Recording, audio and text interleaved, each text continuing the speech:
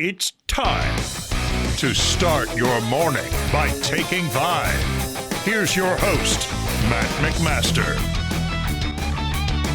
You're listening to Take 5, a quick 5-minute take on the biggest things happening in Nebraska sports. I am your host, Matt McMaster, and we are finally talking about Nebraska versus Cincinnati. I've been on the road. I've been in Kansas City. I've been in Denver. I've been everywhere, but finally, if you haven't been listening to Gary and Matt, we get some thoughts on the game here on this podcast. Now, look, there's so much that's been said about the game, about the D-line, about the running back room, about the secondary, about Dylan, check down Charlie, all of those things. I think a lot of people, if you're still following this team, been following the team, saw the game, then listened to reaction, had your opinions. I mean, it's all kind of out there. And this episode is titled Nebraska Football, Optimism or Pessimism.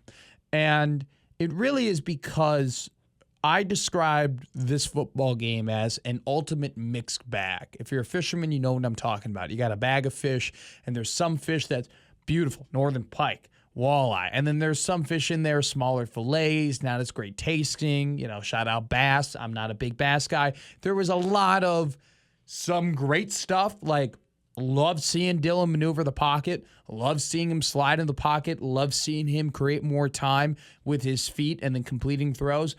I also did not like the Riley Van Poppel reps, and I especially didn't like the Riley Van Poppel reps when he was with Jalen George next to him. And so, for every, wow, Dane Key is going to be incredibly reliable and be a safety valve, there's also the man after Emmett Johnson, you got some problems in that running back room. And so, even the position groups that are pretty damn good with, Luke Lindenmeyer's an awesome tight end, but behind him with Harburg and Nelson, that is very much to be determined. But in a way, I actually am kind of glad that Nebraska had some of the struggles that they had.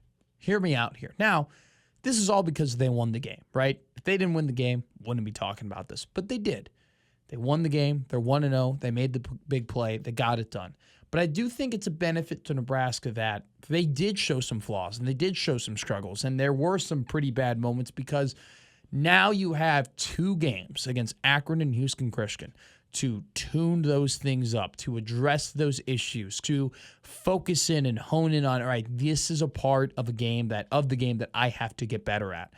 I think it's great that they're going to head into week 2 and week 3 thinking, man, if we're going to end up beating Michigan here in Memorial Stadium in week 4, we have to make sure that we clean up those issues. If they had just blown out Cincinnati and not have been tested by Cincinnati and won the game 34-10, it would have been more fun. It would have been more enjoyable. But I think you kind of sit there and you're like, all right, man, you ride a lot of momentum for being good, but you're not necessarily sitting there thinking, all right, we got to make sure we do this, we do that, we do that. No, I do like that there are things to work on, and I think they have a beautiful canvas with Akron and Houston Christian to do it. And I think that these 2 games are going to be so important on building that confidence heading into Michigan, fine-tuning some of the things that they did wrong, but also improving on some of the things that they did well.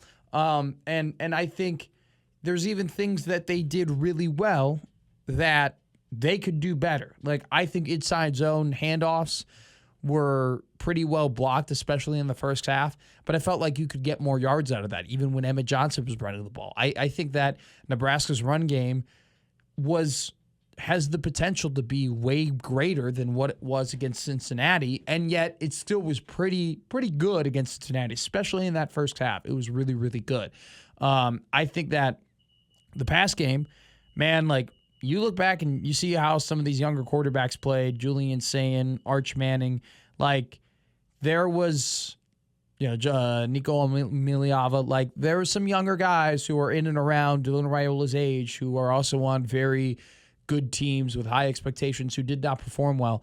I thought Dylan, he's going to have to do more. Dylan is going to have to play better. Dylan's going to have to force the ball down the field. Dylan's going to have to make a splash play. But I also think he did an incredible job of taking what the defense gave to him and throwing it down. And so, there's plenty of room for pessimism, and rightfully so. D-line, especially that interior D-line's got to figure some things out. There's got to be a better pass rush. The pass rush, you can't have 9 hurries. You got to have more than 9 hurries. You have to have a sack. You have to get more pressure to the quarterback. Desal McCullough needs to be better. I think that just the Jacks in general need to be better. I think the linebackers need to play better. I think the offense overall played a very good game, but I don't think you can play the way that they played and beat Michigan. And even, I don't know if you could play the way that they played and beat Minnesota on the road, And so there's things to clean up, but there's things to be happy about. And, man, they made the play. At the end of the game, they made the play. So to answer my own question, optimism or pessimism, I think you have more of a leg to stand on if you want to be pessimistic. I'm going to choose to be optimistic because they have a 60-minute game that they played where they took some lumps and there's plenty of mistakes on the film that they can now go to and just full-on correct and rep and practice out against two teams they should have no problem beating in Houston Christian and Akron. I trust that this program is going to self-grade, look at the tape, and say, all right, hey, we need to be better at the top of our rushes. We're getting too deep. We're going to focus on that against Akron. We're going to focus on that against Houston Christian. So I think that this team had a lot of really good bounces, and they took advantage of those bounces, and they should be happy about that, and they should be proud of that, and I think they are. Same time, things have to be better.